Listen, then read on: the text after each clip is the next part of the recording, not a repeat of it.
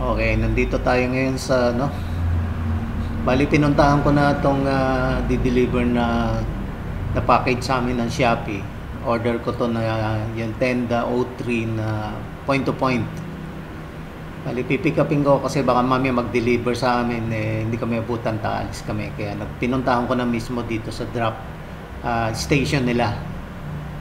So, ito hinahanap namin kasalukuyan kung nasaan yung package. Medyo malaki din kasi ito.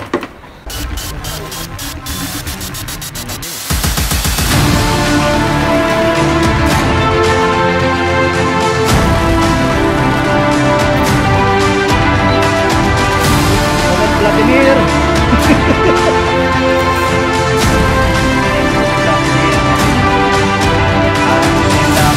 Okay na to. Dito na, ma'am.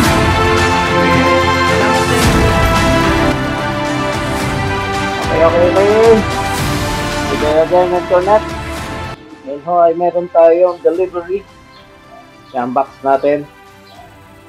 Ito ay gagamitin natin sa internet para makasabog up dun sa kabila. Kasi kailangan ho natin ng parang point to point na nga ito para makarating po ating signal, ating wifi yung dyan doon sa kabila. Mga 200 meters po yun eh. So, sa advertise ay umaabot ng 5 kilometers. So, ang kailangan lang po natin is 200 meters. Teka, baka mahirap buksan ito. Kailangan yata ng gunting. Okay. Dali lang po.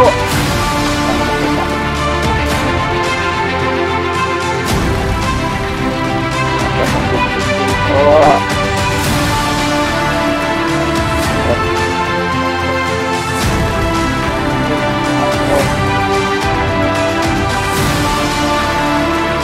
Alright. Wala natin sisirain yung name sa harapan. So, dito lang po tayo sa likod para makita natin at kung sakalit may problema, pwede natin sa ibalik. Okay. Pero hopefully ito, matagal na ako umorder dito at maganda naman ang review nito. Sa tindahan na to, marami na ditong umorder. At so far, so good naman lahat ang order nila. Ayan. Ano nga ang box. Ang pangalan ho pala nito ay Tenda. Tenda O3. Point to point. Yan, no? Yan, no? Tenda O3 point to point. Po siya.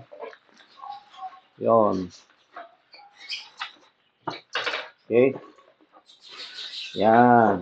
So, bali dalawa po in order natin. Sige, isa. Yan po siya. So, dalawa. So, dalawa na order natin kasi ang pagkakaalam ko, kada isa ay isa lang ang laman. Yan natin. Yon. So, ito po siya. Yon, tama ako. Isa nga. Okay, ito yung isa. Yan. At ito rin yung isa.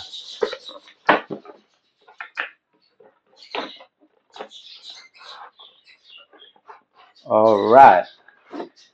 Yan. So, move natin ng konti para magkaroon ng space. Yan. So, dalawa. Point to point. Yung isa, syempre, gagawin nating sender. Yung isa, receiver. Yung sender dito sa internet. At yung isang receiver ay dun sa kabila. Kabilang building. Ang layo ho nun, 200 meters. Sa kanilang namang advertisement, sa kanilang sinasabi nila na ito ay ang layo ay umaabot ng 5 kilometers ang radius. O, tama ba ako nun? Radius, hindi ba? Dapat kung nasa gitna siya, pabilog, 5 kilometers ang radius niya. 5 kilometers, 5 kilometers, 5 kilometers, 5 kilometers. O, ganun lang siya, 5 kilometers. O, bahala ko kayo kung ano yung ano. Kasi yung napapanood ko sa nito, sa YouTube dito, ay sa 5 kilometers po ang nararating. At according to sa kanilang kiniklaim nila na kanilang website, 5 kilometers nga. P2P 5 kilometers. So, ayan, no, may 5. Siguro, ibig sabihin niya sa Tagalog, 5 kilometers. Point to point. Okay. So, itetest po natin ito. So, ang gagawin muna ho natin dito is, ano ba tawag doon? I-link muna natin. So, ang gagawin natin dito, mag-access pa tayo sa internet. Yung wifi nito, kukunin natin, lalagyan natin ito ng pangalan, pati password, and then, tsaka natin siya i-connect sa internet. So, wala yung isa, kukonect natin sa internet natin, yung sender, para mag-send siya doon sa ating receiver, para makakuha ng internet doon sa receiver sa kabila. Pero, pagkakaalam ko, kahit isa lang nito, wireless siya, basta't nasagap mo ito kung nasaan ka, magkaka-access ka sa internet. O, yun pagkaalam ko. Susubukan din natin yun, yung ganong sistema. Okay, andito tayo sa at ako ay pinagtatawanan dahil hindi ko alam kung paano gagawin. Okay, ang gagawin ho natin muna ngayon ay i-connect natin muna yung isa, yung sender natin. Ito. I-connect natin. Ito yung kanyang power supply. I-connect muna natin sa kanyang adapter. Adapter ho ba tawag dito? Sa ano na to, ito. Yan, itong white na to. Adapter.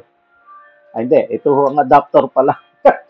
Ito, adapter. Ito, connector. Yan. Pinakamaganda ho siguro dito tawagin connector. Ito ho yung PoE at saka LAN connector. Itong PoE, dito pupunta yung ito yung connection ng ating Tenda O3, yung ating Wi-Fi sender at saka yung receiver din isa. At ito naman yung LAN, dito ho yung sa internet, magagaling sa internet natin. Okay. So, ito ho, wala pa akong mahaba-haba na LAN cable. Papagawa pa tayo nito. So, gagamitin po muna natin ito na PoE. Yan. So, ito ho, connect natin. Yan, sa PoE. Tapos, ay pa-plug na ho natin to. Yan. Plug natin ho to sa outlet. Okay, 220 auto volt. Then, ipa-plug po natin ito dito. Yun. Yan. Para magkaroon ho ng power itong ating connector na to. Then, i-open po natin to. Actually, may manual eh. Ito hong manual, hindi ko gano'ng maintindihan kasi puro Chinese ho ang sulat. Wala hong, ano ba tawag dito? Wala siyang translation sa English. Wala. So, ito ho, nakasupot pa, naka-plastic pa siya. At, press niya lang ho natin bubuksan. Yan. So, yun, PoE. Doon ho natin ilalagay ngayon ito. So, para ho magkaroon ng power itong ating adapter. Okay. So, bale, ito ho, makita nyo, meron ho siyang PoE para sa LAN at sa WAN. Yung natin, yung para sa connection ho, from the internet sa adapter, sa connector. At pwede ho dito din yung LAN. Yan, sa LAN. So, ang gagawin ho natin, sa PoE natin to isasaksak. Para ho magka-power. Magka-power siya. Okay. Yun. So, tingnan natin. O, yan o, may power na siya. Kulay green. Yan, may power na siya. So, ibababa natin. So, ang gagawin ho natin ngayon, mag-i-internet po tayo. Ito, yan. So, pupuntahan po natin yung kanyang site. Yung 19 something po, 168.2.1. Hahanapin natin yon. At magre-register tayo dun sa niya. Okay, hanapin po natin muna sa Google search.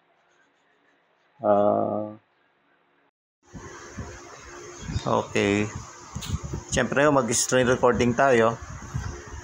Hanapin ho natin, mag-Google search tayo. Saan ba ang Google search natin dito? Okay, ito. Hanapin ho natin yung 192 192.168 yung site niya 0.2.1. So ayan, yan ho yata 192 ano ba nakalagay doon? Ayan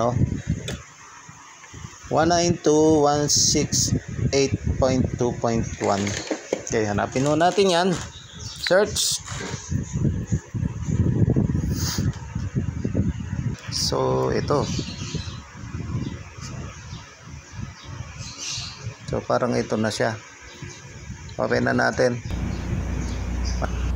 Okay, yan. At maglalagin tayo. Bali admin pati password, tapos pinutin natin login na yan. Nakalagin na tayo at isi-select natin tong AP, access point ang tawag dyan. So yan ang gagamitin natin sa main natin, point to point. Siya nga yung ating sender na gagamitin papunta sa kabila, sa receiver. So bali ang magiging setup natin nga dyan is AP. Yan, sa mode na yan magse-serve siya na magiging main natin. Then eto, nandito na tayo sa next step niya. So dito na tayo maglalagay ng name ng ating sender. So kamukha nito, pag baguhin natin to, so gagawin natin itong yung pangalan ko. Okay, let's say sabihin natin to TT77 sender. So ito yung magsesend dun sa receiver. Okay, sender. Yan. So after nun, channel auto security, siyempre dapat meron daw password. So ang key natin usually 123 So madaling makita yan pag So maglalagay ako ng password ko na sarili ko lang. So sorry po, hindi ko sa inyo maipapakita ito. So tatanggalin ko ito habang nire-record ko kasi ito, tatanggalin ko, naka screen record po kasi ako. So okay, maglalagay po ako ng aking security, pero ito ay tatanggalin ko na or siya visible sa public. Okay, yan ang key ng ating sender.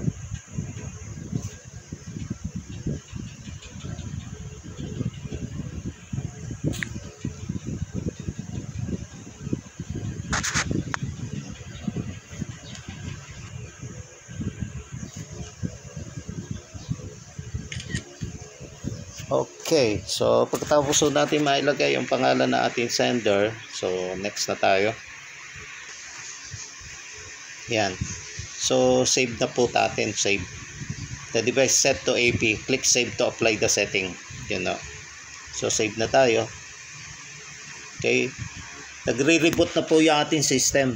The system is rebooted. It will take about 2 minutes. Medyo matagal din po pala to. 2 minutes po siya. Okay, hintayin po natin. Nagre-reboot siya.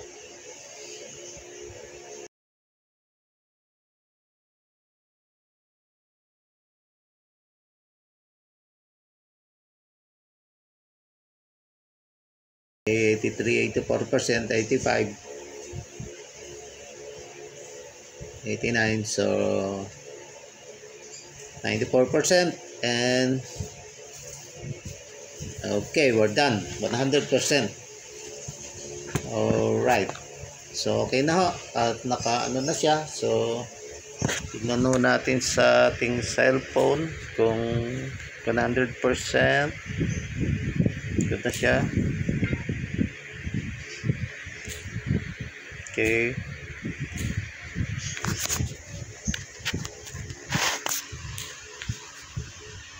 So tignan ho natin ngayon itong ating Wi-Fi.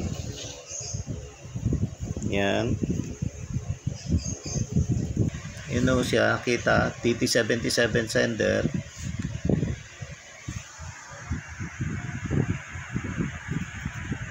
Ito yung ating ano. So may password to siya. Siyempre ilalagay natin yung password para makakonect tayo. So mamaya na lang. Okay. Yan. At i-connect na natin siya sa Wi-Fi. At ito, nag-scan na po ang Wi-Fi natin. Ayun, nakita na siya, DT77 sender.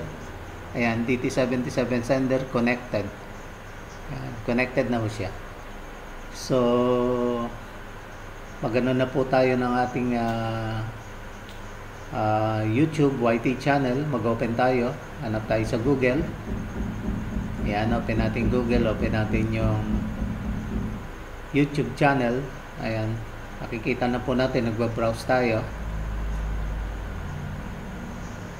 So bali, hanapin po natin yung ating YT channel. Ito, hanapin po natin yung Dictan. At dito po tayo magra-run ng video. Ayan. So okay na ho, na kapasok na yung ating senda na point to point.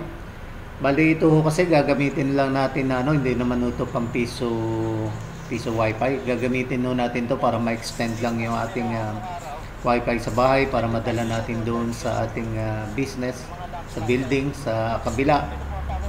Karsada ang layo niya ay mga more than 200 meters away from home. So doon sa bahay. So ito, according doon sa ano ng tenda, ito ay 5 kilometers ang kanyang radius. So thank you po sa inyong walasawang panonood. Marami pong salamat. Okay, tapos na tayo dito. Itatawin na natin ito. At ang atin naman ngayon i-configure or i-register ay itong ating receiver. Okay. So, bali tinatakan ko na siya ng DT77 sender, saka itong isa, DT77 receiver. Okay. So, as usual, i-connect ulit natin siya. Yung kanyang LAN cable or ano sa PoE again. PoE. Yan, sa PoE. Tapos, connect ulit natin dito sa kanyang adapter na PoE. PoE rin. Okay. Then, plug natin yung kanyang power adapter para magka-power si receiver. Yan.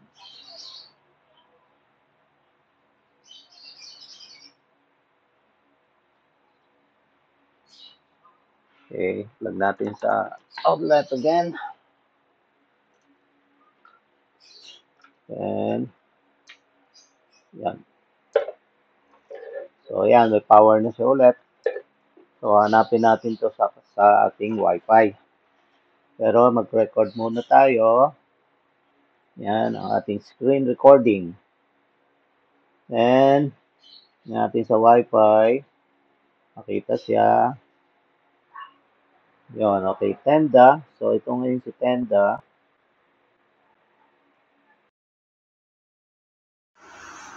Okay. So, bali na configure na rin mo natin itong si receiver natin, yung ginawa natin receiver.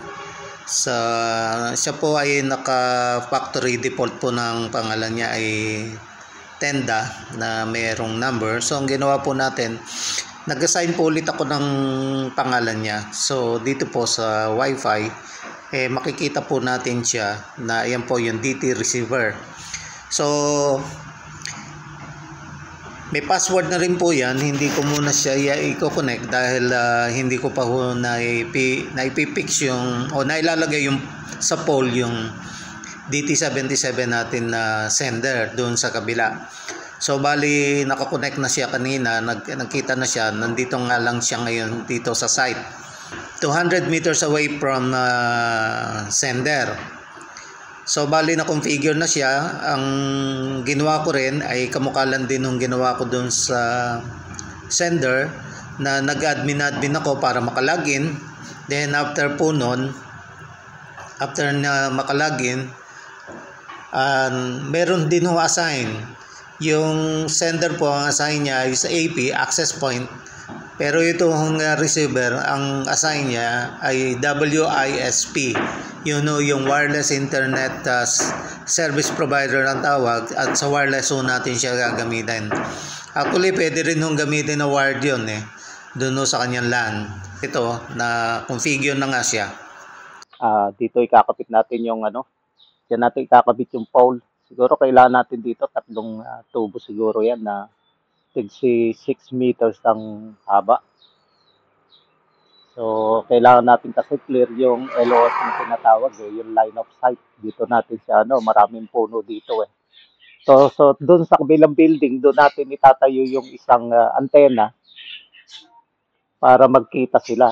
So, kailangan natin dito mga at least 20 meters. Minimum 20 meters. So, yung 3 tubo siguro, less than 20 meters yun, baka pwede na yun. Yan. So, yan ang line of sight nila So, mga 200 meters yan hanggang doon sa kabila, sa building. So, bali baka mag-trim tayo dito ng mga puno para yung line of sight kitang-kita yun sa kabila. Yan. Okay, punta tayo sa kabila.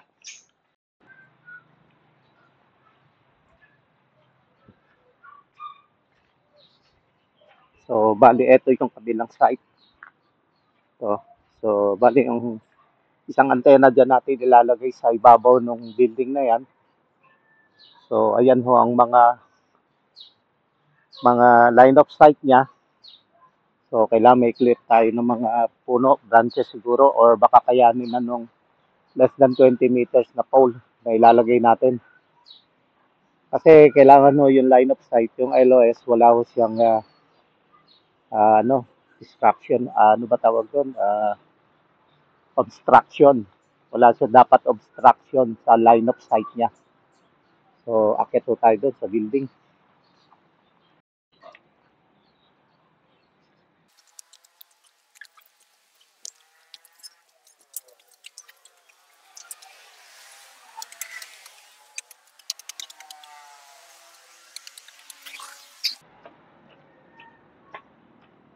Okay.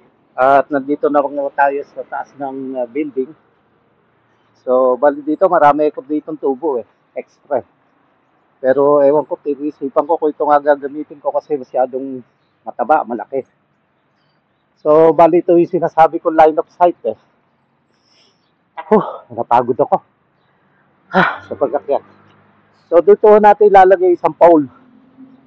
Yan. So, bali ho ito, tatapatan natin Yan po ang line of sight niya. Yan. So, kung kakayanin na siya ng mga 20 meters, less than 20 meters sa taas, at magkikita na yung dalawa, okay na yung line of sight. Palagay ko naman kaya niya. Kasi dito may mga butas dito Yan. Kamukha niyan. Yan. May butas yan. Dito meron din line of sight. Yan. Mas open dito. Konti lang yung dito. Yung puno. Ayan. Konti lang siya. Line of sight. Dito kasi makakapal Meron dito kaya lang makapal. So, kailangan kasi ang line of sight medyo mataas dyan yung pole para hindi tamaan yung mga na yan.